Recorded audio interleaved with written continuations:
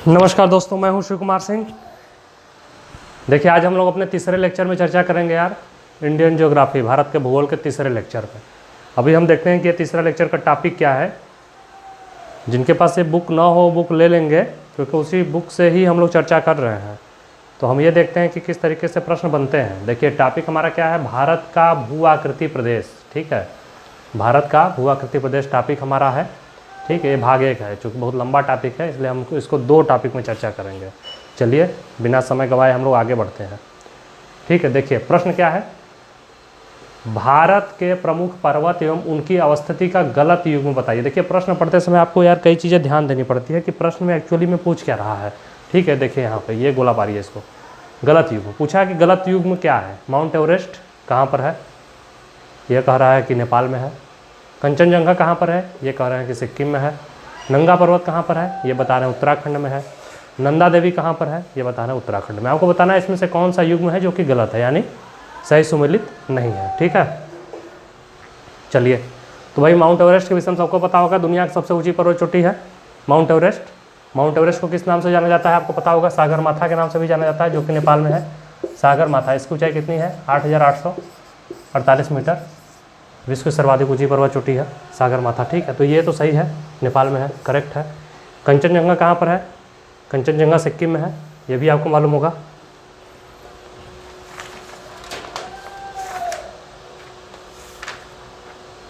ठीक है, कंचनजंगा सिक्किम में है।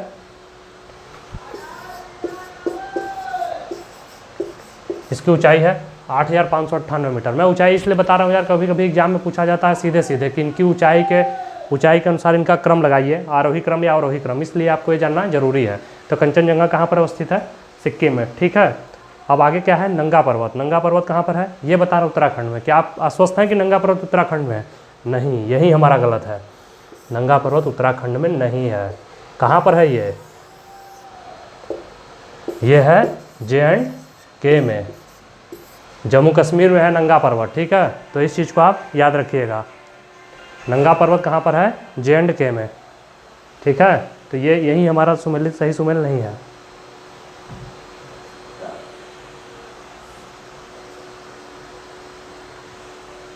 ठीक है, नंदा देवी। ठीक है, आगे देखिए, नंदा देवी कहाँ पर, उत्तराखंड, ये सही है, ये हमारा सही सुमेलित है।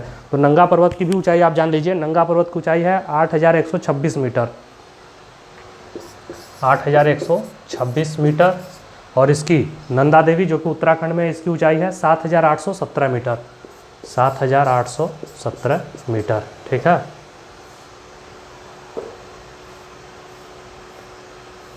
ठीक, फिर से हम फ्रेश क्वेश्चन देख लेते हैं एक बार फाइनली।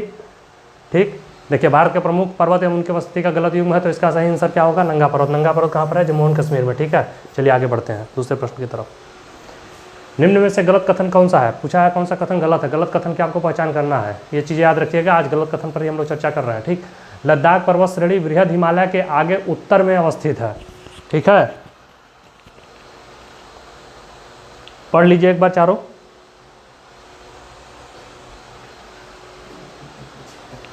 दूसरा पढ़िए, नंदा देवी से संबंधित पर्वत श्रेणी नाग टिब्बा श्रेणी है। काराकोरम श्रेणी का प्राचीन नाम रत्नागिरी है। काराकोरम श्रेणी को उच्च एशिया के ऋण कहा जाता है। आपके पास 4 ऑप्शन है, आपको बताना है कि इसमें से गलत कथन कौन सा है। ठीक, चलिए, जिन लोगों ने पढ़ा होगा बुक्स, उन्हें पता होगा ये चीज़ें। हम इसके सही आंसर पर चर्चा कर लेते हैं सीधे सीधे। देखिए, लद्दाख पर्वत श्रेणी बृहद हिमालय के आगे उत्तर में अवस्थित है, ये सही है।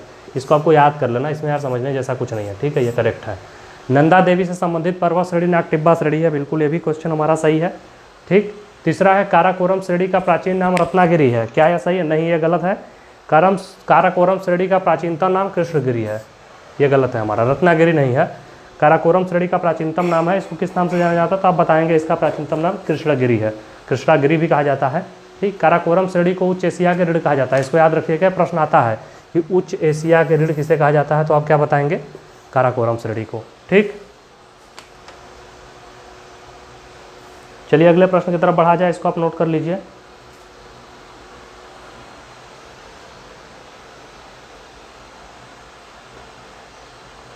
निम्न में से कौन सा पर्वत सबसे ऊंचा है। यार देखिए, 4 ऑप्शन आपको आ गए हैं। अब इन चारों ऑप्शन में आपको बताना है कि सबसे ऊंचा पर्वत कौन सा है। ठीक है, मैं आपको पिछले प्रश्न में ही बता चुका हूँ उनकी ऊंचाई, तो आप इसलिए आप में से कई लोग इसका उत्तर सही उत्तर तुरंत बता सकते हैं।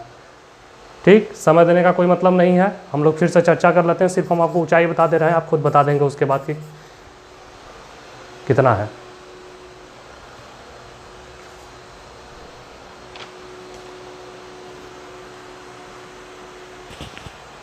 ठीक है यार, देखिए मैं आपको नोट कर दिया हूँ आपके समय बचत के लिए, आप ये चीज़ें नोट कर लीजिए। ठीक, निम्न में से कौन सा पर्वत सबसे ऊंचा है? नंगा पर्वत की ऊंचाई है 8126 मीटर, धौलागिरी की ऊंचाई है 8172 मीटर, कंचनजंगा की है 8598 मीटर और मकालू की है 8481 मीटर। तो इसका सही आंसर क्या हो गया? सी, कंचनजंगा। ठीक है, लेकिन अगर पूछेगा विश्व में सर्वाधिक सबसे ऊंची पर्वत चोटी कौन सी है, सबसे ऊंचा पर्वत कौन सा है, तो आपका जवाब क्या होगा? सागरमाथा। ठीक है, यानी माउंट एवरेस्ट। चलिए आगे बढ़ते हैं। लघु हिमालय व शिवालिक के बीच कौन सा प्रमुख भ्रंश या दीवार स्थित है? ठीक है, दरार। लघु हिमालय व शिवालिक के बीच कौन सा प्रमुख भ्रंश शिवालिक दरार स्थित है? तो आपको मैं यार समय आज दूंगा 10 सेकेंड का। ठीक है, चलिए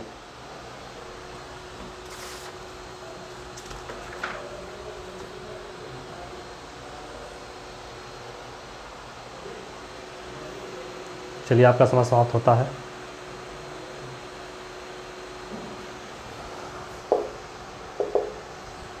ठीक है, तो यहाँ पूछा है लघु हिमालय व शिवालिक के बीच कौन सा प्रमुख भ्रंश दरार स्थित। आपके पास 3 है। देखिए दरारें 3 या 4 प्रमुख हैं जो कि हम दरारों पर चर्चा कर लेते हैं, जो एग्जाम में अक्सर आता है यार। ये देखो, सपोज कर लीजिए कि सिर्फ ये मैं आपको ऐसे ही बता दे रहा हूँ। एक ये हो गया, एक 2 हो गया, एक 3 हो गया, एक 4 हो गया। ठीक है, ये हमारे हिमालय हैं। कौन कौन से हिमालय हैं? देखिए ये महान हिमालय है, इसको मान लो यार महान हिमालय। ठीक है, इसको मान लो लघु हिमालय, इसको मान लो शिवालिक हिमालय,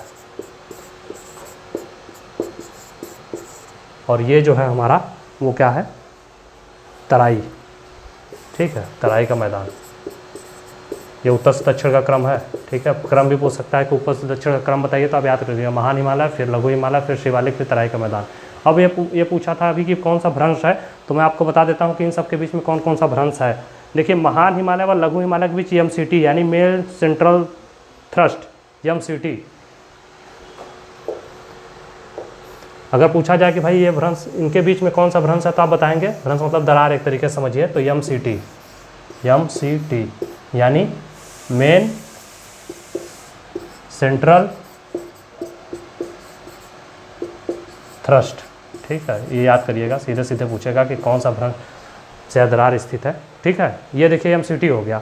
अब उसके बाद पूछा सकता है कि लघु हिमालय व शिवालिक के बीच कौन सा दरार है, तो उसको हम लोग कहते हैं MBF यानी मेन बाउंड्री फॉल्ट, उसको हम लोग कहते हैं MBF। इनके बीच में कौन सा है? MBF यानी मेन बाउंड्री फॉल्ट। ठीक है यार, मेन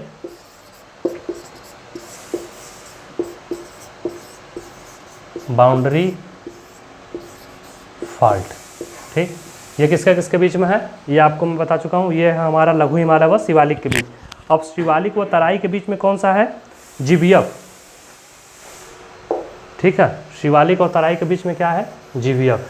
इसको हम लोग कहते हैं GBF। इसका फुल फॉर्म आप नोट कर लीजिए। GBF का क्या होता है, इसको लिख लीजिए। इसका फुल फॉर्म होता है ग्रेट बाउंड्री फॉल्ट। ये 3 दरारें हैं जो कि पाई जाती हैं, ग्रेट बाउंड्री फॉल्ट।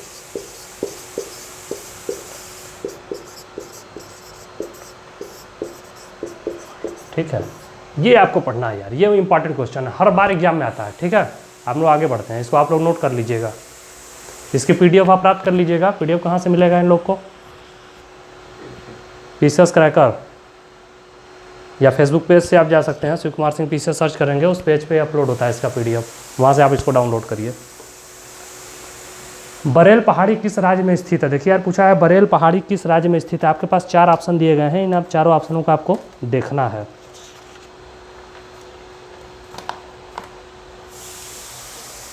ठीक है, बरेल पहाड़ी देखिए मेघालय, असम, नागालैंड और अरुणाचल प्रदेश। यार देखिए इसमें समझने जैसा कुछ है नहीं, इसको तो आपको रटना ही पड़ेगा। ठीक है, तो आप सीधे सीधे याद रखिए बरेल पहाड़ी कहाँ पर है? बरेल पहाड़ी है असम में। असम देखिए ऑप्शन कौन सा है? B। तो इसका सही आंसर होगा असम। ठीक, बरेल पहाड़ी कहाँ पर है? असम में। आगे बढ़ते हैं। काली व तीस्ता नदी के बीच कौन सा हिमालय स्थित है? ठीक है, काली व तीस्ता नदी के बीच कौन सा हिमालय स्थित है? आपके पास जो ऑप्शन दिया गया है वो आप पढ़ लीजिए, नोट कर लीजिए, इसको क्वेश्चन को नोट कर लीजिए। अभी मैं आपको बता दे रहा हूँ यार व्याख्या इसका, ठीक है।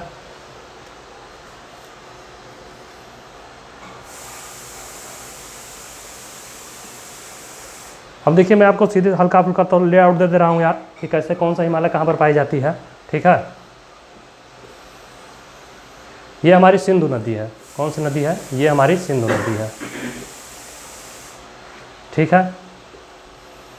ये सतलज नदी हो गई, ठीक है। तो सिंधु और सतलज के बीच में जो पाई जाती है वो है पंजाब हिमालय। और सतलज व काली के बीच, जैसे मान लीजिए अगर एक काली है तो सतलज और काली के बीच पाई जाती है हमारी कुमायूं हिमालय। और काली व तीस्ता के बीच, ये तीस्ता है तो ये काली और तीस्ता के बीच पाई जाती है नेपाल हिमालय। तीस्ता व दिहांग के बीच पाई जाती है हमारी कौन सा? ये दिहांग है। तो इसके बीच कौन सी पाई जाती है हिमालय? असम हिमालय। तो ये 4 हिमालय है जिनका बंटवारा नदियों के द्वारा किया जाता है, जिसको हम लोग याद करते हैं, ठीक है। ये है सिंधु नदी, ये है सतलज, ये है काली, ये है काली, ये है तीस्ता और ये है दिहांग, ठीक। तो ये क्रम आप याद रखिएगा। कभी कभी प्रश्न पूछ सकता है कि पूरब से पश्चिम या पश्चिम से पूरब का क्रम नदियों का कौन सा है? तो सिंधु, सतलज, काली, तीस्ता और दिहांग, ये 4 याद रखिए, ठीक है। और ये भी देख लीजिएगा कि सिंधु व सतलज नदियों के बीच पंजाब हिमालय है, सतलज व काली के बीच कुमायूं हिमालय है, काली व तीस्ता के बीच है नेपाल हिमालय, और असम हिमालय तीस्ता व दिहांग के बीच है, ठीक। वापस लौटते हैं। तो प्रश्न क्या है? काली व तीस्ता के बीच, काली व तीस्ता के बीच पूछा है कि कौन सा है, तो इसका सही आंसर क्या होगा? नेपाल हिमालय, ठीक है यार, इसको नोट कर लीजिए। आगे बढ़ा जाए। लघु हिमालय व शिवालिक श्रेणी के बीच निम्न में से कौन सा प्रमुख स्थल स्थित है? ये प्रमुख स्थल आपको 4-6 ऑप्शन दिया गया है, इस चीज़ को आप याद रखिएगा। प्रश्न इस तरीके से भी आता है कि कौन सा स्थल कहाँ पर है या किनके बीच अवस्थित है, ठीक है। लघु हिमालय व शिवालिक के बीच, तो देखिए शिमला है ऑप्शन, ठीक है, मसूरी ऑप्शन है, रानीखेत है, या ये सभी हैं। तो देखिए ये ऑप्शन आपके पास है, लघु हिमालय व शिवालिक के बीच, ठीक है। कौन सा है प्रमुख स्थल है? तो इसका यार आंसर डी होगा। ये सभी उसी के मध्य ही अवस्थित हैं, तो आप इस चीज़ को याद रखिएगा। प्रश्न एग्जाम में आता है कि शिमला या रानीखेत या मसूरी कहाँ पर अवस्थित या किनके मध्य अवस्थित है, ठीक है। तो ये चीज़ें आपको पता होनी चाहिए। लघु हिमालय, शिवालिक, ये चारों लघु और शिवालिक श्रेणी के बीच अवस्थित है। K2 जिसको गाडविन ऑस्टिन के नाम से भी जाना जाता है, देखिए इसमें कई प्रश्न बनते हैं यार, ये मोस्ट इंपॉर्टेंट है, ये एग्जाम में आता ही आता है, ठीक है। तो इस चीज़ को आपको याद रखना है। K2 पूछता है भारत की सर्वोच्च चोटी कौन सी है? तो आप बताएंगे K2 यानी गाडविन ऑस्टिन। कई प्रश्न बनते हैं, मैं आपको प्रश्न बता दे रहा हूँ कि किस तरीके से प्रश्न बनते हैं। समय हम लोग के पास क्योंकि बहुत कम है, इसलिए हम लोग बता दे रहे हैं आपको। देखो भारत की सर्वोच्च चोटी कौन सी है? K2। K2 किस नाम से जाना जाता है? गाडविन ऑस्टिन के नाम से। प्रश्न पूछता है भारत की सर्वोच्च चोटी किस श्रेणी में अवस्थित है? तो श्रेणी का नाम क्या है? काराकोरम श्रेणी, ठीक है। काराकोरम श्रेणी आप याद रखिएगा। तीसरा प्रश्न बनेगा कि K2 यानी गाडविन ऑस्टिन की ऊंचाई कितनी है? तो इसकी ऊंचाई है 8611 मीटर, इसको भी आप याद रखिएगा। 3-4 चीज़ें इसके बारे में और जान लीजिए आप।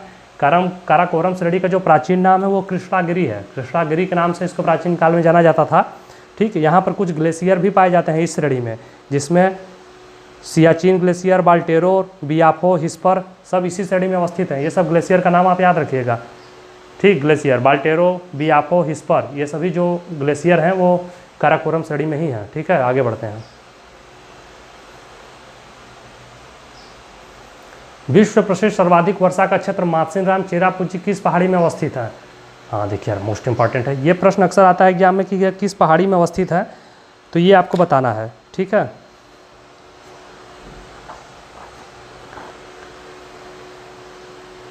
ठीक, तो इसका सही आंसर क्या होगा? खासी, ठीक।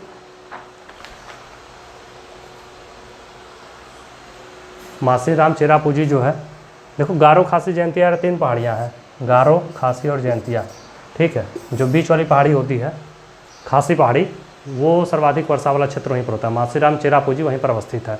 ठीक है, तो इसका सही आंसर होगा खासी। ठीक, इस चीज़ को आप याद रखिएगा।